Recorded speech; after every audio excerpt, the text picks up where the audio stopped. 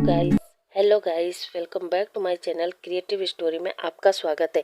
तो चलिए guys, story को अब आगे बढ़ाते हैं।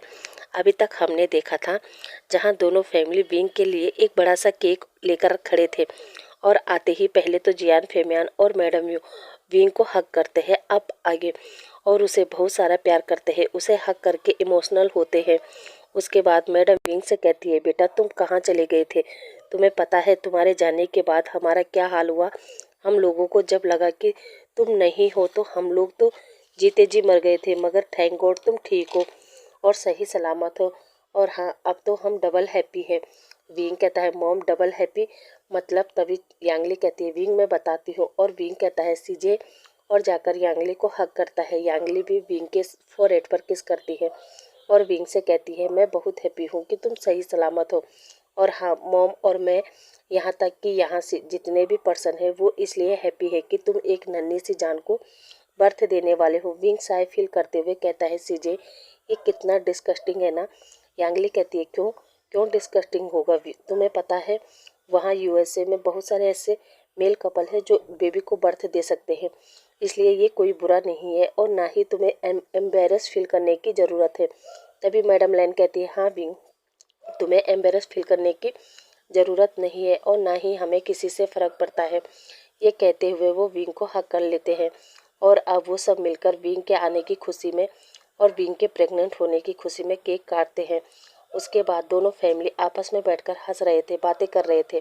और दूसरी तरफ ऊपर लोबी में हमारे विंग और वांगजी सभी को देख रहे थे। तभी विंग वांगजी से पूछता है, लंजा इसका मतलब तुमने मुझसे झूठ कहा कि तुम मेरे मॉम डैड को मानने वाले हो ना?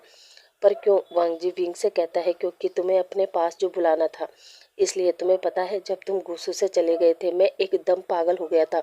मैंने तुम्हें यहाँ वहाँ सभी जगह तलाश किया और फिर तुम्हारे मॉम डैड मुझसे मिलने आए और मेरे दिमाग में एक किडनैपिंग वाला ख्याल आया। फिर मैंने तुम्हारे मॉम डैड से बात की और वो समझ गए कि मैं तुमसे कितना प्यार करता हूँ, इसलिए वो भी मेरे इस प्लान में साथ देने के लिए तैयार हो गए। वैसे भी आज तुम मुझसे एक वादा करो, आइंदा से तुम कभी भी मुझे छोड़कर नहीं जाओगे। विंग कहता है, सॉरी वांगजी, मैं तुमसे ऐसा वादा नहीं कर सकता क्योंकि मॉम डैड मुझे वापस जियान मेंशन ले जा रहे हैं। वांगजी कहता है, नहीं विंग, नहीं, बिल्कुल भी नहीं, मैं तुम्हें जियान मेंशन नहीं जाने दूंगा। विंग कहता है, क्यों? वांगजी कहता है, वहाँ वो होगा ना तुम्हारा एक्स हस्बैंड चैन, इसलिए तुम जियान मेंशन नहीं जाओगे।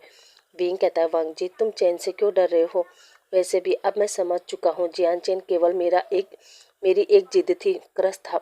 हाँ मैं मानता हूँ मैंने उसे प्यार का नाम दिया, मगर नहीं, शायद वो प्यार प्यार नहीं था। और मुझे ये फील तब हुआ जब मैं तुम्हें छोड़कर जा रहा था। मैं सारे रास्ते तुम्हारे बारे में ही सोच रहा था, तुम्हारे साथ बिताए पलों को मिस कर रहा था, मगर चैन के साथ कभी ऐसा नहीं हुआ।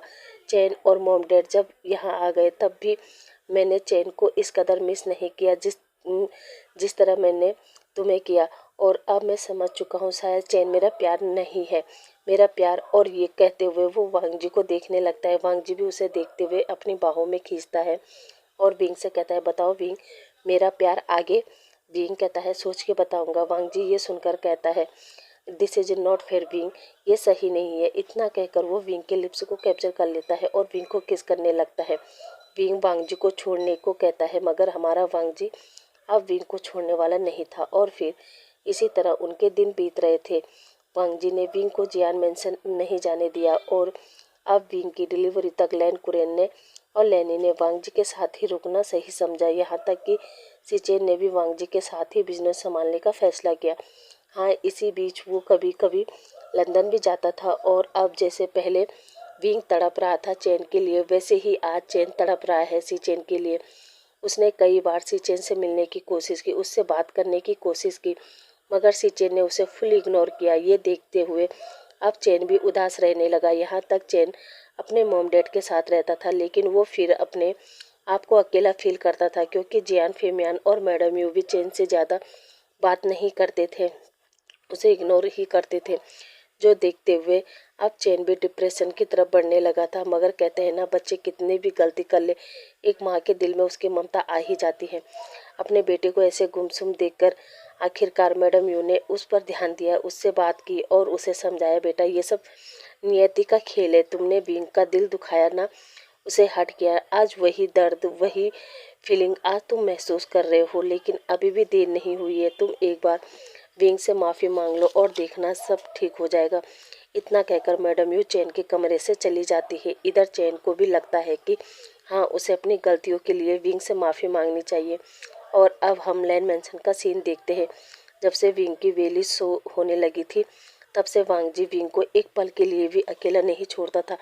यहाँ तक कि वो ऑफिस भी कम ही जाता था और 24 घंटे विंग के आगे पीछे ही घूमता था। और अब विंग का नाइन मंथ चल रहा था। वांगजी विंग को जबरदस्ती खाना खिला रहा था, जो देखते हुए विंग को गुस्सा आता है और वो जोर से वांगजी पर चिल्लाता है। और अचानक ही उसे लीवर पेन शुरू हो गया था। ये देखते हुए वांगजी विंग से पूछता है कि उसे क्या हुआ। विंग कहता है मुझे पेन हो रहा है। ये सुनते ही वांगजी जल्दी से विंग को गोद में उठाता है और सीधा हॉस्पिटल लेकर जाता है। डॉक्टर भी विंग को सीधा ओटी में ले जाते हैं और 2 घंटे बाद वांगजी को वो अंदर से बेबी के रोने की आवाज़ आती है। वहीं डॉक्टर बाहर आकर वांगजी को कांग्रेचुलेशन कहती है कि विंग ने एक बेबी बॉय को बर्थ दिया है। वांगजी ये सुनकर इतना हैप्पी होता है कि वो अपने इस हैप्पीनेस को किसी के साथ बांटना चाहता था, मगर वहाँ पर कोई नहीं था, इसलिए वांगजी डॉक्टर को ही हक कर लेता है।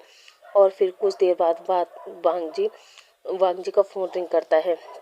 वांगजी फ़ोन को पिक करके हेलो कहता है। तभी लेनी की आवाज़ आती है। वांगजी तुम फिर विंग को बाहर ले गए, तुम्हें पता है ना उसका 9 मंथ चल रहा है और तुम उसे फिर से बाहर लेकर चले गए। वांगजी कहता है मॉम मैं हॉस्पिटल में हूँ और मॉम मैं फादर बन गया। विंग ने एक बेबी बॉय को बर्थ दिया है। मैडम लैन कहती है क्या, और वो फ़ोन रखती है और खुशी से कुरेन को कहती है कि मैं दादी बन गई।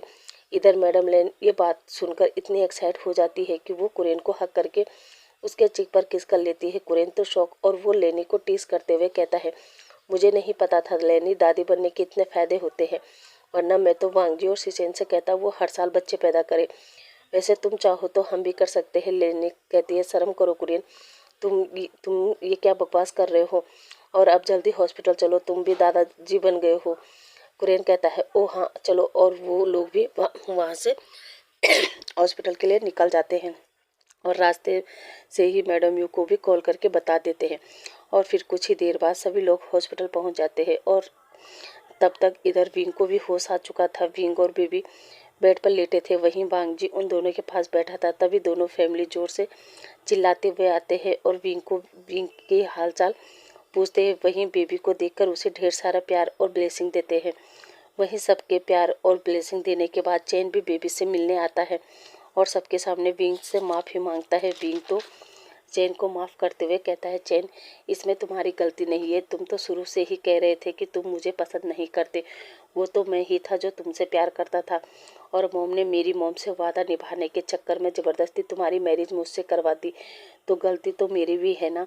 हम दोनों को बात करनी चाहिए थी, शायद हम दोनों ही अपनी बात रखते तो मैं और तुम दोनों ही अपनी लाइफ में हैप्पी होते।